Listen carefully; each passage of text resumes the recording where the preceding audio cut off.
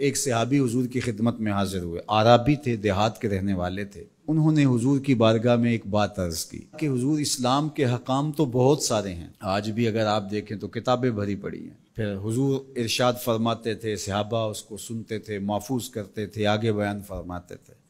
ان کا بہت سارے احکام ہیں اسلام کے، میں ایک دیہاتی شخص ہوں، مجھے کوئی ایک بات ارشاد کر دیجئے جو میرے لیے کافی ہو۔ تو آقا کریم نے اس شخص کو ایک بات ارشاد کی، فرمایا کہ ان تموتا ولسانک رطب من ذکر اللہ، تو اس حالت میں فوت ہو کہ تیری زبان اللہ کے ذکر سے تر ہو۔ 100 باتوں کی ایک بات ارشاد فرما دی، ان تموتا ولسانک رطب من ذکر اللہ، تو اس حالت میں انتقال کرے کہ تیری زبان اللہ کے ذکر سے تر ہو۔ میں اور آپ اپنی زندگی اس طرح سے گزاریں کہ موت اچانک آئے یا تبھی موت آئے، جس حالت میں بھی ہمیں موت آئے تو ہماری زبان عادی ہو اللہ کے ذکر کی، ادھر سے سانس ٹوٹ رہی ہو اور ادھر لبوں پر اللہ کا نام جاری۔ جس شخص کا آخری کلمہ لا الہ الا اللہ ہوا، اللہ اس کو جنت میں داخل فرماتا ہے۔ اور کتنے خوش نصیب لوگ ہوتے ہیں کہ مرتے ہوئے جن کے لبوں پر اللہ کا باقاعدہ نام آتا ہے، اللہ کا ذکر ان کے لبوں کا وظیفہ ہوتا ہے۔ اور کچھ لوگ ان کو تلقین بھی کریں تو زبان پہ اللہ کا نام نہیں آ پاتا۔ اور ان میں سے ایک وہ شخص جو شراب کا عادی ہے یا کسی بھی نشہ آور چیز کو لیتا ہے، تو ایسے شخص کو مرتے ہوئے کلمہ نصیب نہیں ہوتا۔ جو اس کو دنیا کے اوپر سزائیں دی جاتی ہیں، ان سزاؤں میں سے ایک سزا یہ ہے کہ مرتے ہوئے اس کے لبوں پہ کلمہ نہیں آتا۔ اور علماء نے یہ بھی لکھا ہے کہ جو بے نماز ہے، نماز نہیں پڑھتا، مرتے ہوئے اس کے لبوں پہ بھی کلمہ جاری نہیں ہوتا۔ اللہ اکبر۔ تو ایک جامع بات ارشاد کر دی کہ ان تموتا ولسانک رطب من ذکر اللہ، تو اس حالت میں فوت ہو کہ تیری زبان اللہ کے ذکر سے تر ہو۔ قرآن مجید میں ہمیں اللہ تعالیٰ نے یہ بھی حکم دیا ہے کہ مجھے یاد کرو، اور یہ بھی حکم دیا ہے کہ مجھے فراموش نہ کرو۔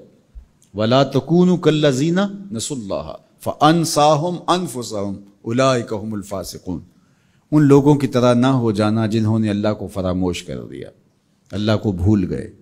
جب کوئی خدا کو بھول گیا تو خدا پھر اس کو فراموش کر دیتا ہے، اور اس کی سزا کیا ہے کہ وہ خود فراموشی کا شکار ہو جاتا ہے، وہ اپنے آپ سے بھی آگاہ نہیں رہتا۔ تو ہمیں جو حکم دیا گیا وہ ہے اللہ کو یاد کرنے کا۔ تو یاد کرنے کا ایک مفہوم یہ ہے کہ اللہ جل شانہ کی اطاعت کی جائے، اس کی فرما برداری کی جائے، اس کے احکام پر عمل پیرا ہوا جائے، نہ یہ ہے کہ اس کے احکام کو فراموش کر دیا جائے۔ یقول اللہ تبارک و تعالی، اللہ جل شانہ خود ارشاد فرماتا ہے، یہ حدیث قدسی ہے، فیما یروی عن ربہ، جو حضور اپنے رب سے روایت کرتے ہیں۔ اللہ جل شانہ کیا ارشاد فرماتا ہے، سنیے، انا عند ظن عبدی بی، میرا بندہ میرے بارے جو گمان کرتا ہے میں ایسے ہی معاملہ کرتا ہوں، یعنی بندے کو میرے سے جو گمان ہے تو میں اس کے مطابق معاملت فرماتا ہوں۔ وَأَنَا مَعَهُ إِذَا ذَكَرَنِي، اور جب وہ مجھے یاد کرتا ہے میں اس کے ساتھ ہی ہوتا ہوں۔ جب میرا بندہ مجھے یاد کرتا ہے تو میں اس کے ساتھ ہوتا ہوں۔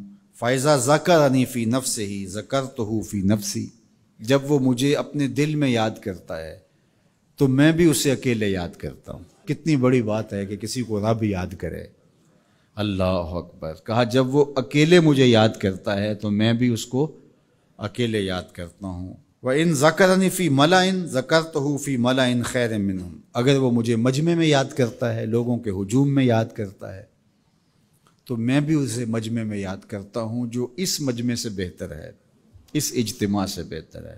یہاں نیک بد گناہ گار سارے طرح کے لوگ ہیں، لیکن میں فرشتوں کے اجتماع میں یاد کرتا ہوں۔ اللہ اکبر۔ کیا منظر ہوتا ہوگا کہ جب اللہ فرشتوں میں کسی بندے کو یاد فرما رہا ہو، اللہ اکبر۔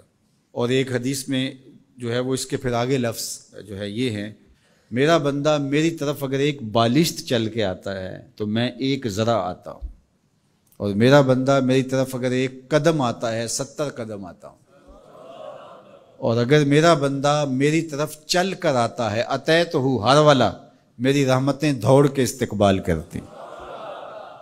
اللہ اکبر۔ تو کتنی کرم نوازی ہوتی ہے جو اس کو یاد کرتا ہے۔ تو یاد کا چراغ کبھی بھی بجھنا نہیں چاہیے۔